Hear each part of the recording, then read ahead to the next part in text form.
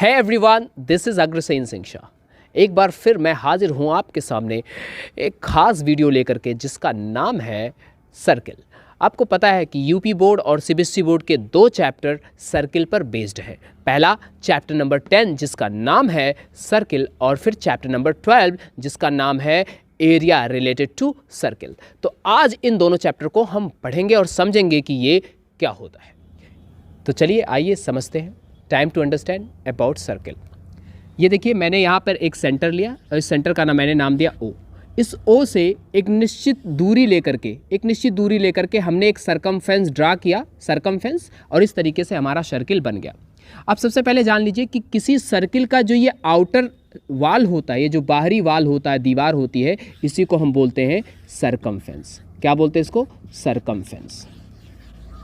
Circumference जो है outer वाल होता है किसी सर्किल का। इसके बाद सेंटर से सरकमफेरेंस के बीच, सेंटर से ये जो सरकमफेरेंस है, ये सरकमफेरेंस है, इसके बीच की जो दूरी होती है, ये दूरी, ये वाली दूरी, इसको हम बोलते हैं रेडियस।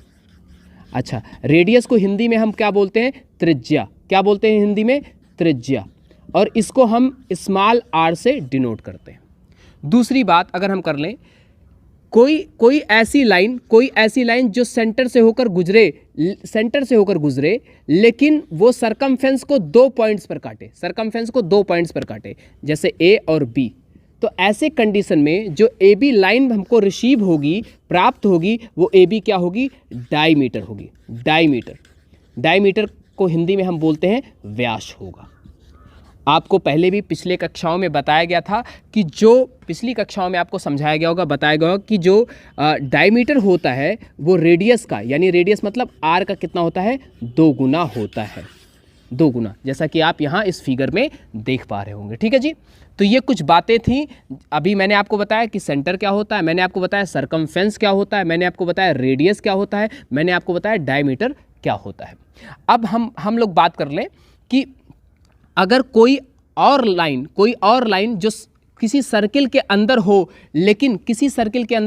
लेकिन वो सेंटर से होकर के ना गुजरे, जैसे ये लाइन मैंने लिया, यहाँ पे एक P है और Q, सरकमफेरेंस पे 2 पॉइंट कट रहे हैं P और Q, लेकिन ये सेंटर से होकर नहीं गुजर रहा है। तो इस प्रकार का जो लाइन होता है इसको हम क्या बोलते हैं बेटा जी? इसको हम बोलते हैं चॉर्ड। क्या बोलते हैं? चॉर्ड। और चॉर्ड की हिंदी होती है बेटा जी, क्या होती है? जीवा। समझ गए? और ये इसी को बोलते हैं हम चार्ड। अच्छा, ये जो चार्ड होगा, इसी को हम चार्ड बोलते हैं। चार्ड के द्वारा जो एरिया अलग किया जाता है, मतलब ये वाली एरिया आपको दिख रहा है, इसी एरिया को हम बोलते हैं बेटा जी, क्या बोलते हैं? सेगामेंट। क्या बोलते हैं? सेगामेंट। क्या बोलते हैं? सेगामेंट बोलते हैं, सेगामेंट। और सेगामेंट को हिंदी में हम बोलते हैं, क्या बोलते हैं बेटा जी? वृत्तखंड। सेगामेंट को हिंदी में हम बोलते हैं वृत्तखंड। और वृत्तखंड जो होता है वो यही एरिया होता है, ये इसी एरिया को बोलते हैं वृत्तखंड। यानी जो सेगामेंट होता है वो हमेशा जीवा के द्वारा बनाया जाता है। किसके द्वारा बनाया जाता है? जीवा के द्वारा बनाया जाता है, अर्थात चोर्ड के द्वारा बनाया गया जो एरिया होता है उसी को हम बोलते हैं सेगामेंट। क्लियर है? अब तो अभी आपने जान लिया कि सेगामेंट क्या है। चलिए अब आगे मैं आपको एक एग्जाम्पल देकर के एक चीज़ और समझा दूं। ध्यान से देखिएगा, ध्यान दें।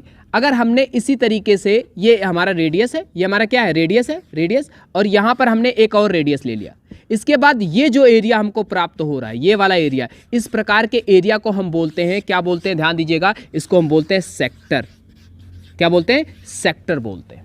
सेक्टर का मतलब होता है त्रिज्या खंड। इसकी हिंदी होती है त्रिज्या खंड। मतलब ऐसा एरिया जो रेडियस के द्वारा बनाया गया हो, ऐसा एरिया जो रेडियस यानी त्रिज्या के द्वारा जो एरिया बनाया जाता है उसी को हम बोलते हैं सेक्टर या त्रिज्या खंड। लेकिन वो एरिया जो चॉर्ड के द्वारा बनाया गया हो, अर्थात जीवा के द्वारा जो एरिया बनाया जाता है उसको बोलते हैं सेगामेंट।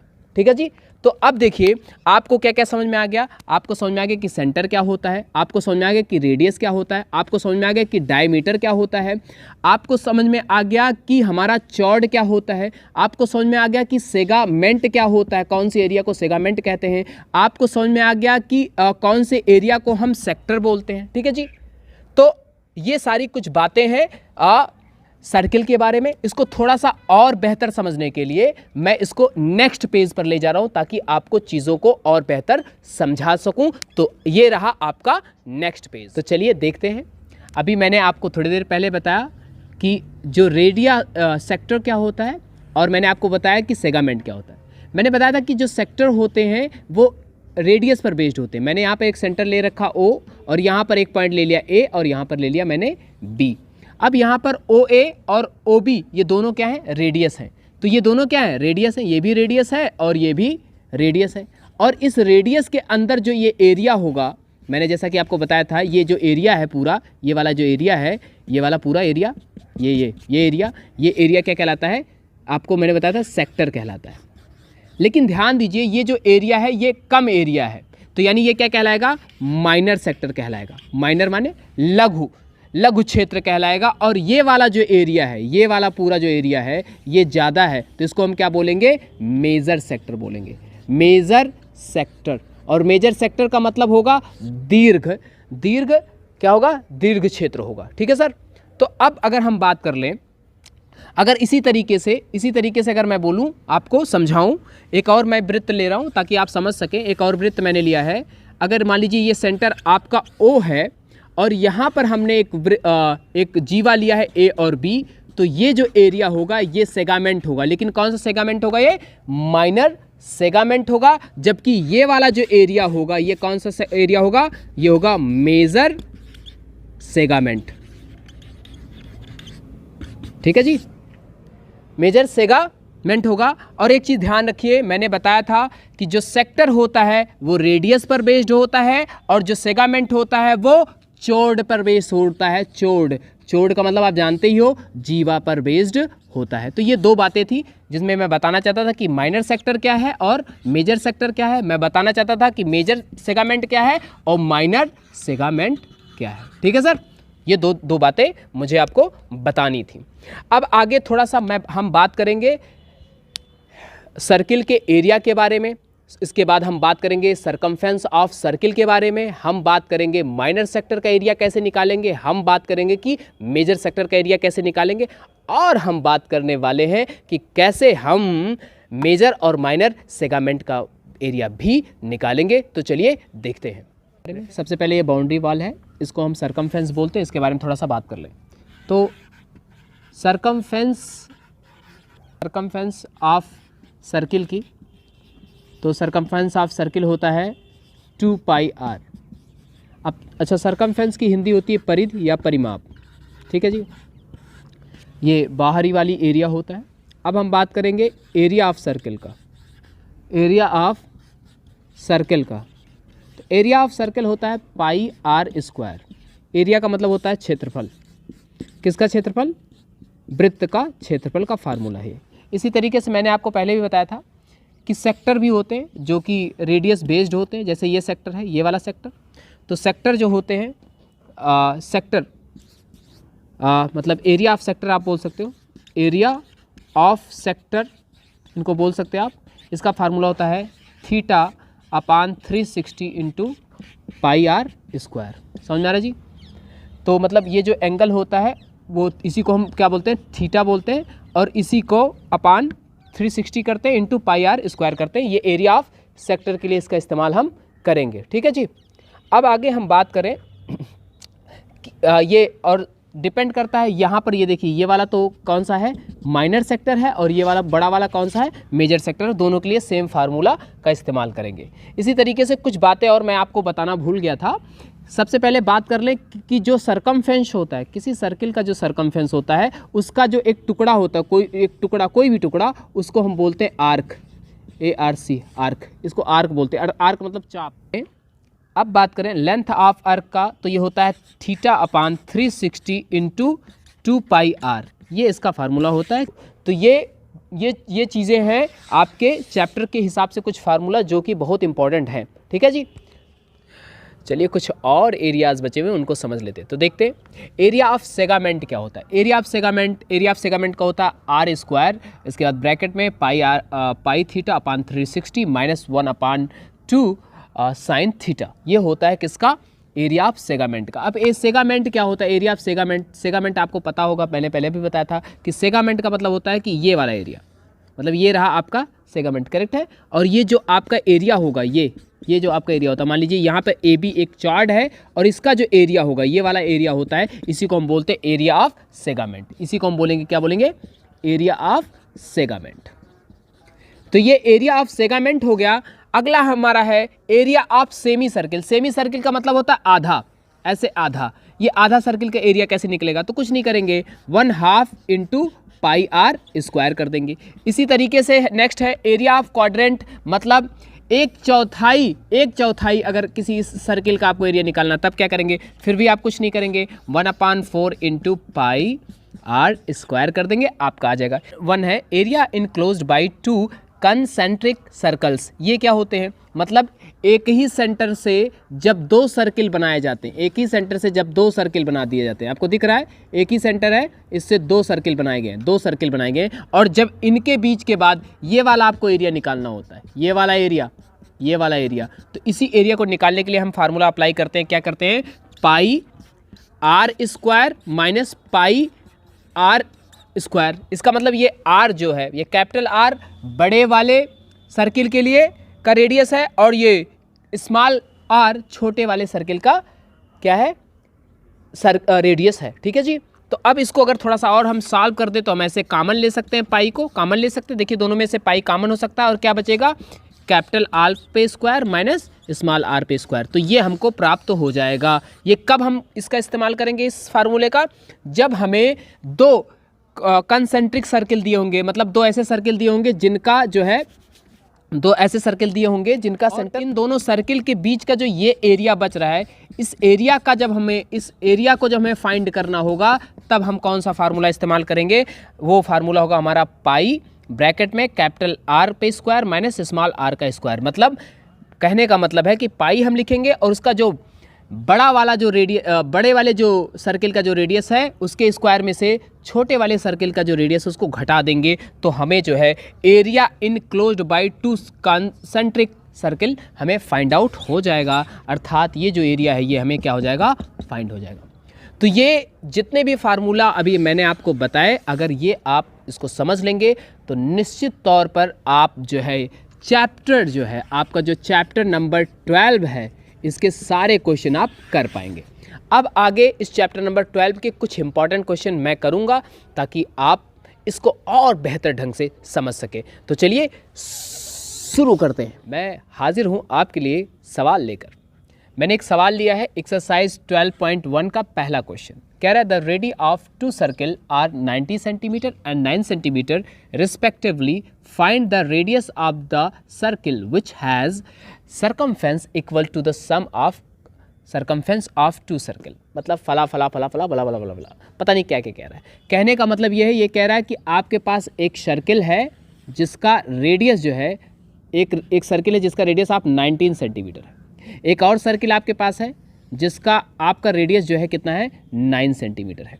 अब कह रहा है कि इन दोनों का सरकमफेरेंस आप निकालिए, मतलब इसका सरकमफेरेंस निकालिए, मतलब सर्किल ए सर्किल का सरकमफेरेंस निकालिए और सर्किल बी का सरकमफेरेंस निकालिए, और इन दोनों का सरकमफेरेंस जब निकालते हैं तो किसी तीसरे जो सर्किल है उसके सरकमफेरेंस के बराबर हो जाता है।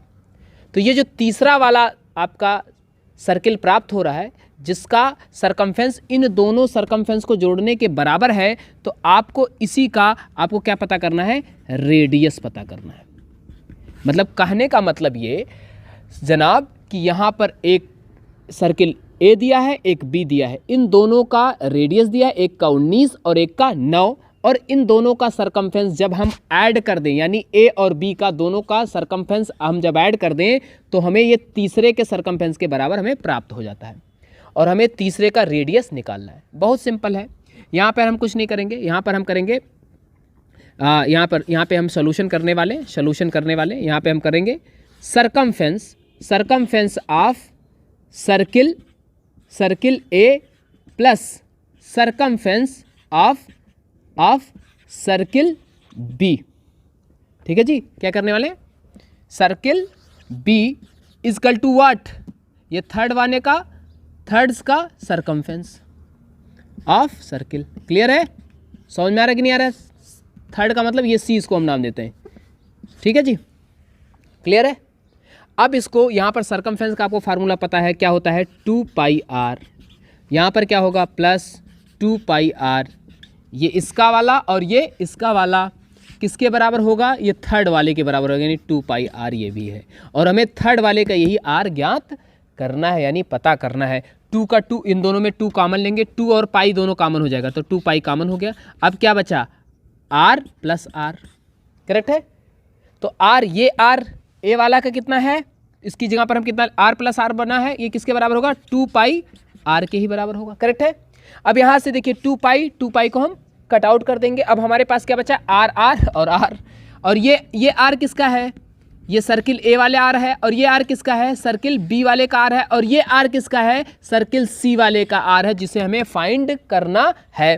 तो यहाँ पर ए का, सर्किल ए का हमें रेडियस कितना दिया हुआ है 19, तो हमने वहाँ 19 लिख दिया, प्लस लगाया। यहाँ बी का रेडियस कितना दिया हुआ है 9 दिया हुआ है, और उसके बाद इसका आर आ जाएगा, यानी ये किसके तीसरे वाले का आर कितना हो जाएगा, 19 में 9 जोड़ोगे कितना आएगा 28। तो ये 28 जो होगा यही रेडियस होगा किससे, किस वाले सर्किल का, थर्ड वाले सर्किल का। तो ये आपका क्वेश्चन नंबर पहला था, जो कि बहुत ही आसान था। चलिए अगले सवाल की तरफ बढ़ते हैं।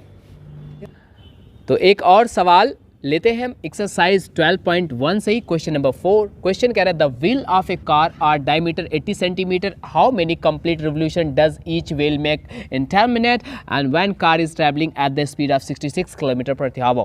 मतलब कहने का मतलब ये है कि सर आपका एक कार का व्हील है, व्हील माने पहिया होता है, ऐसे पहिया है सर, और कह रहा है ये जो पहिया है इसका डायमीटर दिया हुआ है, डायमीटर मतलब ये डायमीटर दिया हुआ है, वो कितना दिया हुआ है, डायमीटर दिया हुआ कितना दिया हुआ है, डायमीटर दिया हुआ है 80 सेंटीमीटर, और कह रहा है ये जो कार का व्हील है ये चल रही है किसकी स्पीड से चल रही है बेटा जी, ये चल रही है 66 किलोमीटर प्रति आवर की स्पीड से चल रही है।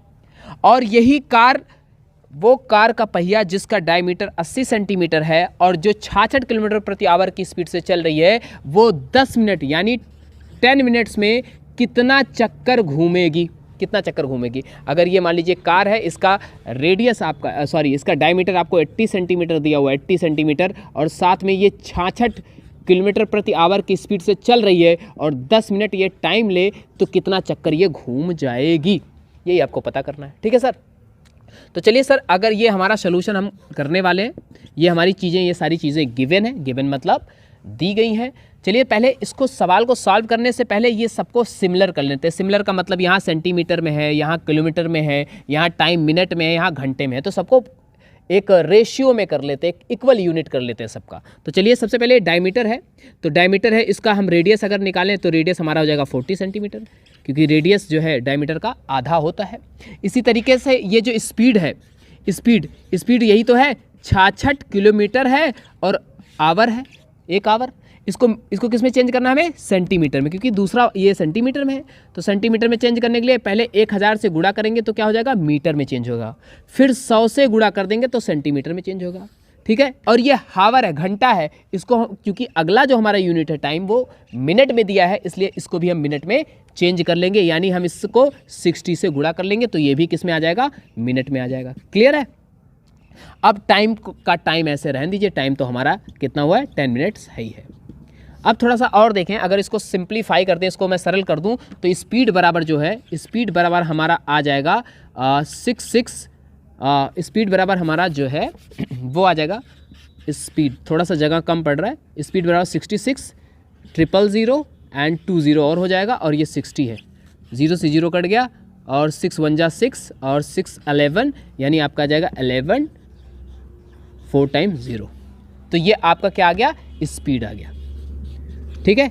आपको पता क्या करना है, क्वेश्चन में पूछ रहा था कि ये जो कार का व्हील है वो कितनी बार रिवॉल्व होगा, कितने चक्कर लगाएगा, यानी आपको total number of revolution of wheel पता करना है। समझ आ रहा जी। तो आपको कुछ नहीं करना, इधर ध्यान देंगे, total number of revolution, total number of revolution of wheel is equal to, wheel की अगर पता कर लें कि व्हील कितनी बार टोटल बार घूमेगा, तो वो होगा टोटल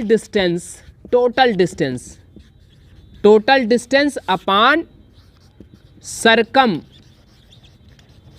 ऑफ व्हील। यही अगर यही चीज़ मैं कर दूं या हम लोग कर लें तो हमें पता चल जाएगा कि कार का जो ये व्हील है वो कितने बार रिवॉल्व हुआ है, यानी कितनी बार वो घूमा है।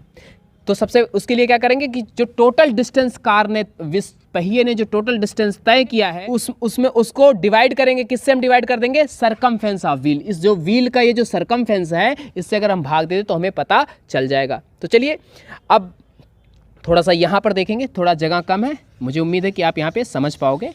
यहाँ पर देखें, अगर ध्यान दें तो यहाँ पे टोटल डिस्टेंस है, हमें नंबर ऑफ रिवोल्यूशन पता करना है। तो डिस्टेंस बराबर होता है स्पीड इनटू टाइम, यही होता है।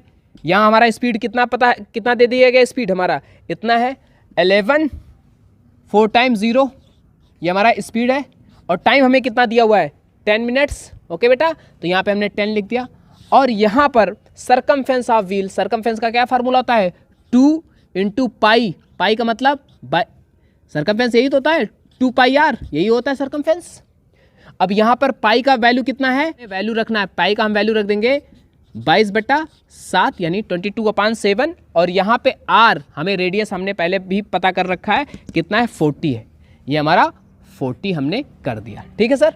अब अगर इसको और थोड़ा सॉल्व करें, ध्यान दें तो यहाँ पर अगर देखें तो ये 0 से 0 कट जाएगा। यहाँ पे देखिए 11 1 जा 11 और 11 2 जा 22, तो यहाँ पे कितना बच जाएगा हमारा? 1 4 time 0। Okay, and after that 2 4 जा 8, और ये जो 7 है ये ऊपर चला जाएगा, क्योंकि नीचे ये ऊपर चला जाएगा, इंटू 7। ओके, यही आएगा। ठीक है। अब हाँ sorry by mistake, here is एक 2 यहाँ पे और है। ठीक है, तो ये हो जाएगा 4 2 जा 8 8 2 जा 16 हो जाएगा, यहाँ पे 16 होगा। ठीक है सर। जब आप इसको सॉल्व करोगे तो आपका आंसर आएगा 4375, यही आपका आंसर हो जाएगा। यानी जो व्हील है कार का वो कितने बार रिवॉल्व करेगा? तो 4375 टाइम्स क्या करेगा? रिवॉल्व करेगा, और यही आपका आंसर है। अब इसको एक बार थोड़ा सा आप देख लीजिए ताकि आपको सारी चीज़ें क्लियर हो जाएं। देखिए सबसे पहले क्या किया गया था, यहाँ पे डायमीटर दिया था, हमने रेडियस निकाल लिया। जो हमारा स्पीड था वो किलोमीटर प्रति आवर में था, इसलिए मैंने स्पीड को सबसे पहले सेंटीमीटर में कन्वर्ट किया, किलोमीटर को, और साथ में हावर को मिनट में कन्वर्ट किया। फिर total number of revolution of wheel जो था, व्हील कितना चक्कर लगाएगा उसके लिए हमने क्या किया? टोटल डिस्टेंस, जो टोटल डिस्टेंस व्हील ने चला है, यानी जो पहिया टोटल डिस्टेंस जो उसने तय की है, जो कुल दूरी तय की है, अपान सरकमफेरेंस ऑफ व्हील कर दिया। सरकमफेरेंस ऑफ व्हील मतलब व्हील का जो परिधि है, परिमाप। जब इसको हमने सॉल्व किया तो हमारा आ गया 4375, ये हमारा आंसर हो गया। तो चलिए, तो अब चलिए अब हम बढ़ेंगे आपके अगले एक्सरसाइज पे। मुझे उम्मीद है, अच्छा इसके जो बाकी सवाल बच गए ना उसको ज़रूर लगाइए और कमेंट बॉक्स में मुझे बताइए, क्योंकि अगर आपको नहीं आता है तो फिर मैं इस पर आपको एक वीडियो और बना दूँगा। तो तैयार हो जाइए, क्योंकि अब टाइम है एक्सरसाइज 12.2 के कुछ इंपॉर्टेंट क्वेश्चन की तरफ। तो चलिए देखते हैं। यहाँ पे क्वेश्चन मैंने लिया है आपके एक्सरसाइज 12.2 से।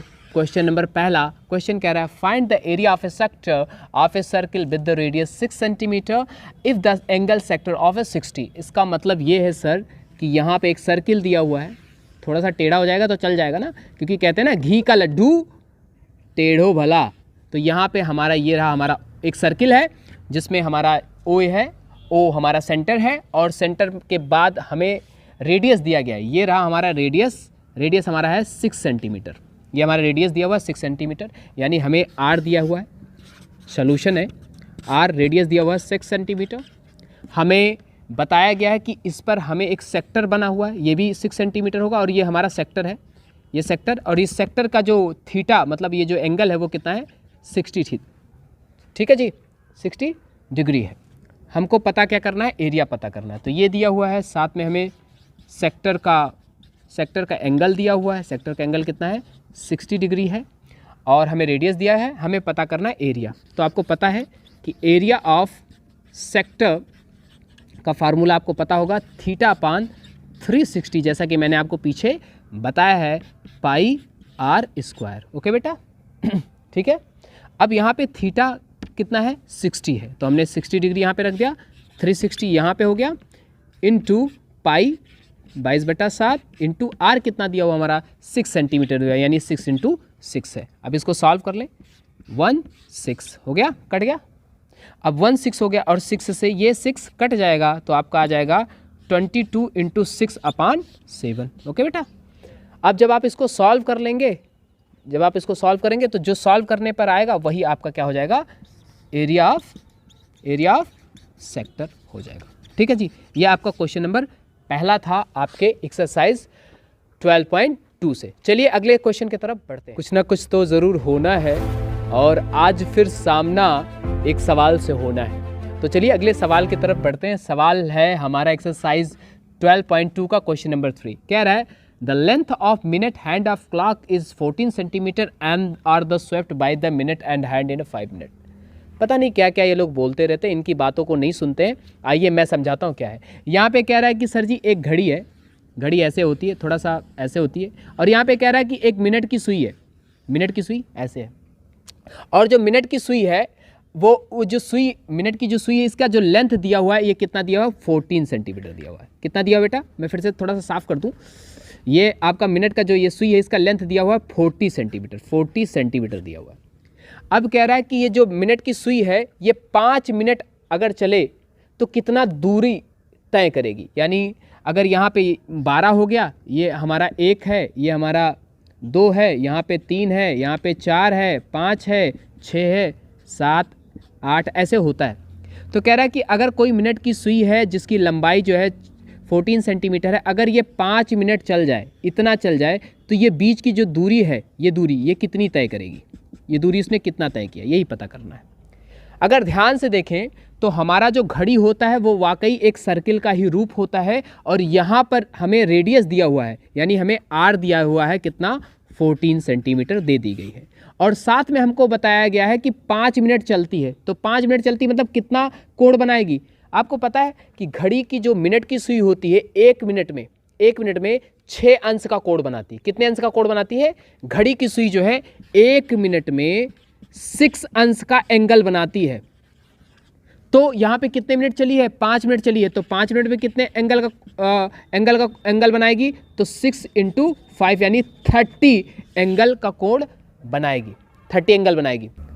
ये सेक्टर है और इसी सेक्टर का हमें एरिया निकालना है। और आपको पता है कि एरिया ऑफ सेक्टर क्या होता है, एरिया ऑफ सेक्टर जो होता है वो होता है θ/360 × πr²। यहाँ पे थीटा दिया हुआ 30/360, ओके, 360 × 22/7 × r हमारा यहाँ पे गिवन है कितना, 40 × 40। अब जो इसको कट आउट करेंगे तो यहाँ पे हो जाएगा 1, ये 0 0 कट जाएगा, ये हो जाएगा 112। ठीक है जी। अब यहाँ पे 7 2 जा 2 6 जा, अब कुल मिला के और यहाँ पर फिर 3 और फिर कट करेंगे, आपका आ जाएगा 11। थोड़ा सा आप सॉल्व कर लीजिएगा सर मैडम, 11 × 14/3। ठीक है जी, ये आपका आ जाएगा, और इसको जब आप सॉल्व कर लेंगे वही आपका आएगा, क्या आएगा, हाँ क्या आएगा आपका, जो आपको पता करना था फाइंड, वही आपका एरिया आ जाएगा। ठीक है जी, किसका आ जाएगा, जो मिनट की जो सुई थी उसने 5 मिनट में कितना एरिया फाइंड किया वो आपका आ जाएगा, यानी एरिया ऑफ सेक्टर आपका आ जाएगा। इस तरीके से आपका ये सवाल एक्सरसाइज 12.2 का तीसरा वाला समाप्त होता है। चलिए अगला सवाल देखते हैं। तो एक और सवाल लेकर हाजिर हूँ आपके लिए, अभी नहीं, आपके लिए नहीं, आप सबके लिए हाजिर हूँ। ये सवाल है हमारा एक्सरसाइज 12.2 से, और क्वेश्चन है tick the following correct option, मतलब इन द फॉलोइंग, मतलब tick the correct answer in the following and area of the sector and angle P in A degree end of the circle of the radius R and is. मतलब कहने का मतलब ये है sir कि आपको एक सर्किल दी गई है, एक सर्किल है आपका, और इसमें जो आपका सर्किल है उसमें आपको एंगल दिया गया है वो P है। ठीक है जी, और आपको रेडियस दिया गया है R, ये आपका रेडियस R दिया गया है, और आपको आपका ये R है, और साथ में आपको ये जो डिग्री दी गई है वो है आपका P, और आपको बताना है उसका एरिया। तो आपको याद होगा मैंने आपको बताया था कि एरिया ऑफ सेक्टर होता है, एरिया ऑफ सेक्टर होता है θ/360 × πr², यही होता है। अब यहाँ पे जो थीटा है, मतलब जो एंगल वो P दिया है, यानी यहाँ पे क्या लिख देंगे हम, P लिख देंगे। करेक्ट सर, समझ में आ रहा है आपको, क्या लिखेंगे, P लिख देंगे। ओके, यहाँ पे 360 है × πr²। अब जरा देखिए कहाँ पे मैच कर रहा है, ये नहीं हो सकता क्योंकि यहाँ पे 180 है किसी भी हालत में, यहाँ पे 180 ये भी नहीं हो सकता किसी हालत में। यहाँ पर 360 है, लेकिन यहाँ पे क्या दिया है 2 पाई आर है, यानी ये भी नहीं हो सकता। अब यह ध्यान से अगर इसको देखें तो यहाँ पे 2 से इसको काट दें तो 360 ये आ जाएगा, करेक्ट है। और ये इससे एकदम मैच कर रहा है, यानी हमारा जो चौथा आंसर होगा वही करेक्ट होगा, यानी डी ऑप्शन, जिसका वैल्यू दिया था P/720 × 2 पाई आर स्क्वायर, यही हमारा राइट आंसर होगा। तो मुझे उम्मीद है कि आपको समझ में आ गया। इसी तरीके से मैंने 12.2 के कुछ क्वेश्चंस बता दिए हैं, बाकी क्वेश्चन आप स्वयं करेंगे। तो इसी प्रकार से मैंने 12.2 के कुछ क्वेश्चंस और कुछ कॉन्सेप्ट आपका क्लियर कर दिया है। बाकी सवाल करने का दायित्व और जिम्मेदारी आपकी है, क्योंकि अगर मैं सारे सवाल करूंगा तो वीडियो बहुत बड़ा हो जाएगा। तो चलिए आगे एक्सरसाइज को हम लगाते हैं।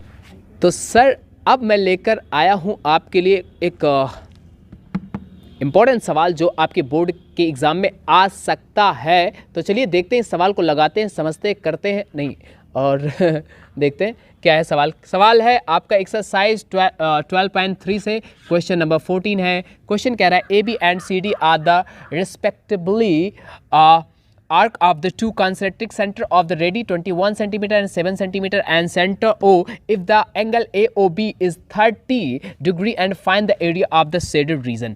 कहने का मतलब ये है कि एक ही सेंटर से दो आर्क अलग अलग रेडियस के लिए गए हैं। जरा देखिएगा, एक ये सेंटर O है, इससे एक रेडियस 21 सेंटीमीटर वाला रेडियस है जिसका एक आर्क लिया गया है AB, और फिर इसी सेम सेंटर O से 7 सेंटीमीटर रेडियस लेकर के एक आर्क बनाया गया है CD, करेक्ट है।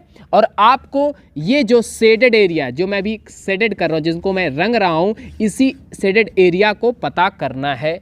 तो चलिए सबसे पहले देखिए, सबसे पहले क्या करें, ये बड़ा वाला अगर हम सेक्टर निकाल लें और बड़े वाले सेक्टर में से छोटा वाला घटा दें तो हमें ये शेडेड वाला हमें पता चल जाएगा। मतलब हमें करना क्या है, यहाँ पे हम सॉल्यूशन करने की तरफ, अगर मैं सॉल्यूशन की बात करूँ, इसको सॉल्व कैसे किया जाएगा, जैसा कि मैंने बताया कि बड़े वाले एरिया में से छोटा वाला घटा दीजिए। बड़े वाला जो एरिया है सेक्टर का, उसमें से छोटे वाले एरिया ऑफ सेक्टर को घटा दीजिए तो ये शेडेड एरिया का सेक्टर निकल जाएगा। मतलब कहना ये है कि शेडेड एरिया ऑफ सेक्टर को अगर हमें निकालना है तो हमें करना क्या पड़ेगा, एरिया ऑफ लार्ज सेक्टर, जो लार्ज सेक्टर है एरिया का, उसमें से हमें सब्सट्रैक्ट करना पड़ेगा क्या, एरिया ऑफ स्मॉल सेक्टर को। जैसा कि मैंने बताया आपको, इसको डिवाइड कर देना पड़ेगा। और जब सब्सट्रैक्ट कर देना पड़ेगा, और जब आप इसको सब्सट्रैक्ट करेंगे तो जो हमें प्राप्त होगा वो यही होगा शेडेड एरिया ऑफ सेक्टर। तो चलिए अलग अलग निकाल लेते हैं दोनों का। थोड़ा सा यहाँ पे जगह कम है तो फिर भी हम कोशिश करते हैं। सबसे पहले एरिया ऑफ लार्ज सेक्टर निकालते हैं। एरिया ऑफ लार्ज सेक्टर, इसका फार्मूला होता है θ/360 × पाई आर स्क्वायर। ओके, अब यहाँ पे थीटा कितना है, पहले से दिया 30/360 × पाई होता है 22/7, और आर हमारा दिया हुआ है लार्ज वाले का कितना 21, यानी 21 × 21। ठीक है जी। जब इसको आप सॉल्व करेंगे और फिर इसके बाद लगाएंगे माइनस, किसका चिन्ह, माइनस। स्मॉल वाला सेक्टर का फार्मूला क्या होगा, θ/360 × पाई, यानी 22/7 × आर × आर। तो आर यहाँ पे कितना है 7 × 7, और यहाँ पे भी थीटा कितना दिया हुआ है 30 दिया हुआ है। क्लियर है। अब इसको जब सॉल्व करोगे आप, तो जब इसको सॉल्व करोगे तो आएगा कितना आएगा बच्चों, आपने सॉल्व किया था 231/2। जब आप इसको सॉल्व करोगे, सॉल्व कैसे करोगे आपको पता ही, इसको इससे कट करोगे तो यहाँ पे आ जाएगा 1/12 आ जाएगा। फिर आप इसको कट करोगे, यहाँ पे 3 आएगा, और जब इसको सॉल्व करोगे आएगा 231/2, यानी 231/2 आएगा। उसके बाद फिर हम माइनस लगा देंगे, फिर इसको भी ऐसे सॉल्व करेंगे 1/12 कट करेंगे, इसके बाद ये फिर कट जाएगा, और इसको जब सॉल्व करेंगे तो आएगा हमारा कितना, बताइए कितना आया था आपका, 77। कितना है आपका 70, बोलिए 77/6 आएगा। तो अब इसको कैलकुलेशन जब आप इसको सॉल्व करोगे तो आपका आंसर आएगा कितना, कैलकुलेशन कीजिए जल्दी से आप लोग। 308/3 ये आपका कैलकुलेशन आएगा, और यही आपका आंसर होगा। और ये जो आया है ये क्या आया है, शेडेड एरिया ऑफ सेक्टर आया है, यानी ये जो शेडेड एरिया इसी का हमें क्या मिल गया, एरिया मिल गया, और वो है 308/3। तो इस प्रकार से आपका अब वक्त है इम्पॉर्टेंट सवाल करने का। कुछ सवाल मेरे द्वारा दिए गए हैं, आप इन सवालों को करेंगे और इसका आंसर आप कमेंट सेक्शन में ज़रूर दें।